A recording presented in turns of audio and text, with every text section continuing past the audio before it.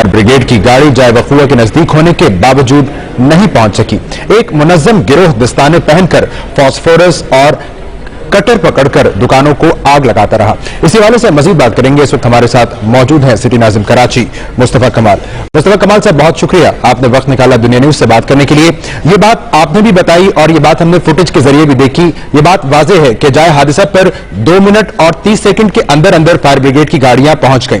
सवाल यह है कि रुकावट क्या थी, आखिर किसने इन गाड़ियों को बोल्टन मार्केट तक वक्त पर पहुंचने से रोका?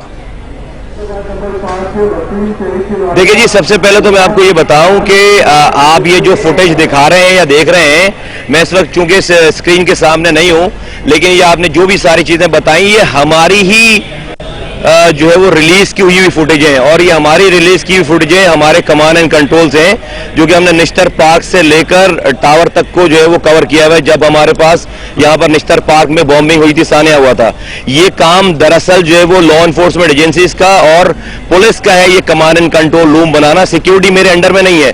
लॉ एनफोर्समेंट एजेंसीज, पुलिस जो है वो मुझे रिपोर्ट नहीं करती, वजीर दाखिला को और चीफ मिनिस्टर को रिपोर्ट करती है। लेकिन फिर भी हमने शहर के अमन की खातिर इन तमाम चीजों को बरूएकार लेकर आए और 9 और 10 मुहर्रम को सीसीपीओ कराची और एसएसपी लेवल के लोग हमारे कमांड एंड कंट्रोल रूम में राउंड द क्लॉक बैठे हैं। हमारी रिक्वेस्ट पे, इसलिए कि ग्राउंड पे हम चीजों को इंप्लीमेंट नहीं कर सकते थे, लेकिन हमने टेक्नोलॉजी अपनी ये जुलूस के शुरका की सेफ्टी के लिए हमने पुलिस को इस्तेमाल करने के लिए दिया और हमारा command and control room CPLC के पास और सीसीपीओ कराची और एसएसपी जो है वो के अंडर में रहा और 2 दिन हम उनकी कमांड में थे। नाउ आप जो ये कह रहे हैं कि बोल्टन मार्केट से जो है वो यहाँ क्यों नहीं पहुंची इस जगह पे, तो आपको शायद वो वाली फुटेजेस आपके लोगों ने नहीं दिखाई कि जिसमें ये दिखाया गया है कि जब इन फायर ब्रिगेड वहां पर पहुंची है तो उसके साथ हो क्या रहा है। उस फायर ब्रिगेड के साथ उसको आग बुझाने नहीं दिया जा रहा है, उसके ऊपर कब्जा कर लिया गया है, उसके शीशे तोड़े जा रहे हैं और उसके ड्राइवरों को मारा पीटा जा रहा है। राइट, ये फुटेज शायद आपको जो नहीं मिली। और एक बात बता दूं आपको, ये बोल्टन मार्केट के पास जहां पर ये दुकानें जली हैं, बोल्टन मार्केट पे ही मेरे फायर स्टेशन का सेंटर है, सेंटर। और जिस सेंटर के साथ जो है वो बोल्टन मार्केट के बिल्कुल बराबर में खारदर थाने की दीवार से दीवार जुड़ी हुई है। इसके साथ बोल्टन मार्केट के फायर स्टेशन को आपको शायद ये भी फुटेज नहीं मिली है, मैं उसको जला दिया गया है। बोल्टन मार्केट के फायर स्टेशन में सबसे पहले आग लगाई गई और बराबर में पुलिस का थाना मौजूद है वहां पे, और पुलिस जो है वहां पर खड़ी हुई भी दिखा रहे हैं। इसीलिए मैं ये कह रहा हूं कि हमारे लोगों को, फायर ब्रिगेड को कहीं से जाना नहीं था। कहीं से अगर दूर से आते स्टेशनों से तो वो वहां तक पहुंच ही नहीं पाते थे, इसलिए कि वहां पर लाखों लोगों का मजमा था।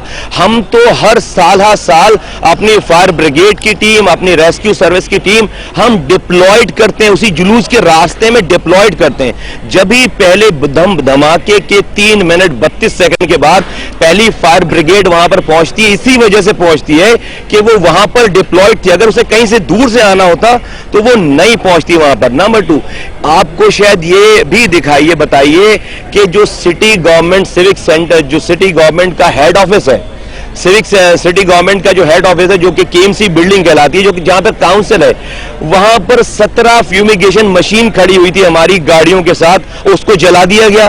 केएमसी की बिल्डिंग को जो है वो आग लगा दी गई। केएमसी मुस्तफा कमाल साहब, आपकी बात से भी तो इसी बात को तकवीत मिल रही है कि यह सब एक मुनज्जम कार्रवाई थी। आखिर क्यों फायर ब्रिगेड को नहीं पहुंचने दिया गया?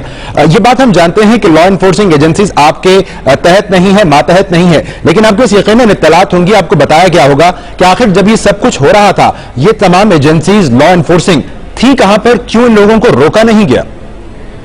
मैं आपको जो है वो बहुत ही मुअद्दबाना जो है वो रिकॉल करवाऊं।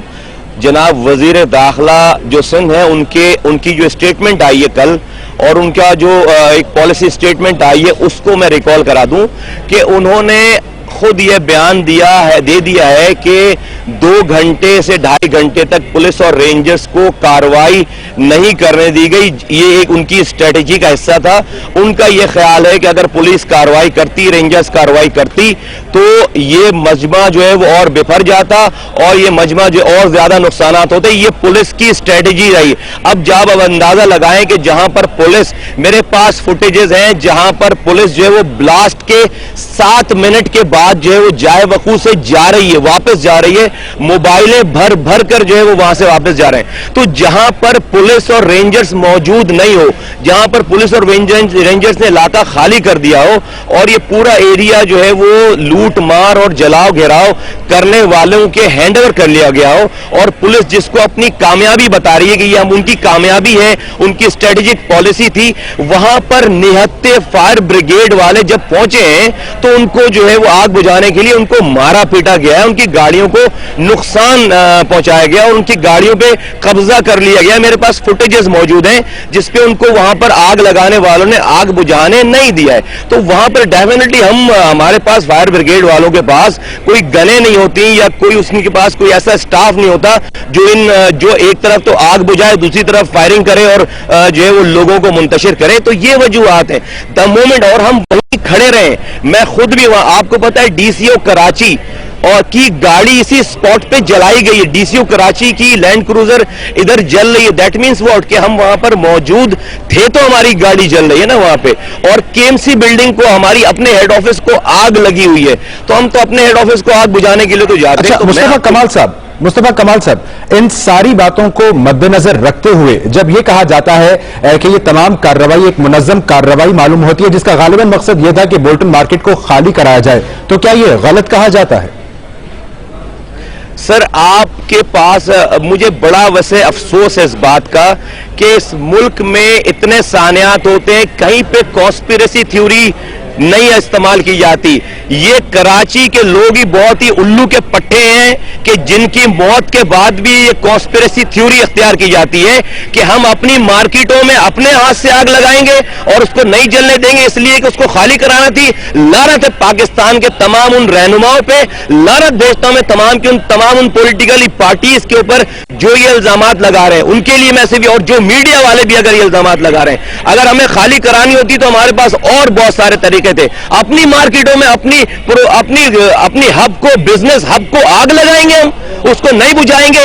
आपकी इत्तला के लिए अर्ज है कि मैंने जाकर उसी मार्केट में काम शुरू करवा दिया है। वहां पर वो मार्केटें बनना शुरू हो गई हैं, तो अगर उनको ढाना होता तो मैं उस मार्केटों में आग लगवाता। लानत भेजता हूं मैं पाकिस्तान की तमाम पॉलिटिकल पार्टीज के हेड्स के ऊपर, लानत भेजता हूं मैं तमाम एंकर्स के ऊपर, लानत भेजता हूं पाकिस्तान के तमाम उन लोगों के ऊपर जो हम ही मरे हैं, हम ही जले हैं और हमारे ऊपर ही कॉन्स्पिरेसी थ्योरी जो अपना रहे हैं। दुनिया, पाकिस्तान में रोजाना बम धमाके होते हैं, किसी भी जगह पे आज तक किसी ने ये कॉन्स्पिरेसी थ्योरी नहीं अपनाई कि जलाने वाला, मेरा शहर जला है, मेरे लोग मरे और हम पर ये इल्जाम लगा रहे हैं, उल्लू के पट्टे। बहुत शुक्रिया। मुस्तफा कमाल, सिटी नाज़िम कराची, हमसे बात कर रहे थे और उन्होंने बार बार ये बात कही कि वो ऐसे तमाम सियासी कायदीन और ऐसी तमाम पॉलिटिकल पार्टीज के सरबराहों पर लानत भेजते हैं जो कराची में इस अफसोसनाक वाक़े के हो जाने के बाद भी कॉन्स्पिरेसी थ्योरी का सहारा लेते हैं। उनका कहना था कि अगर ये मार्केटों को आग लगाने वाले वहीं के लोग थे, मार्केटों को खाली कराने के हमारे पास और बहुत से तरीके मौजूद हैं। इसी फुटेज के हवाले से इस वक्त हम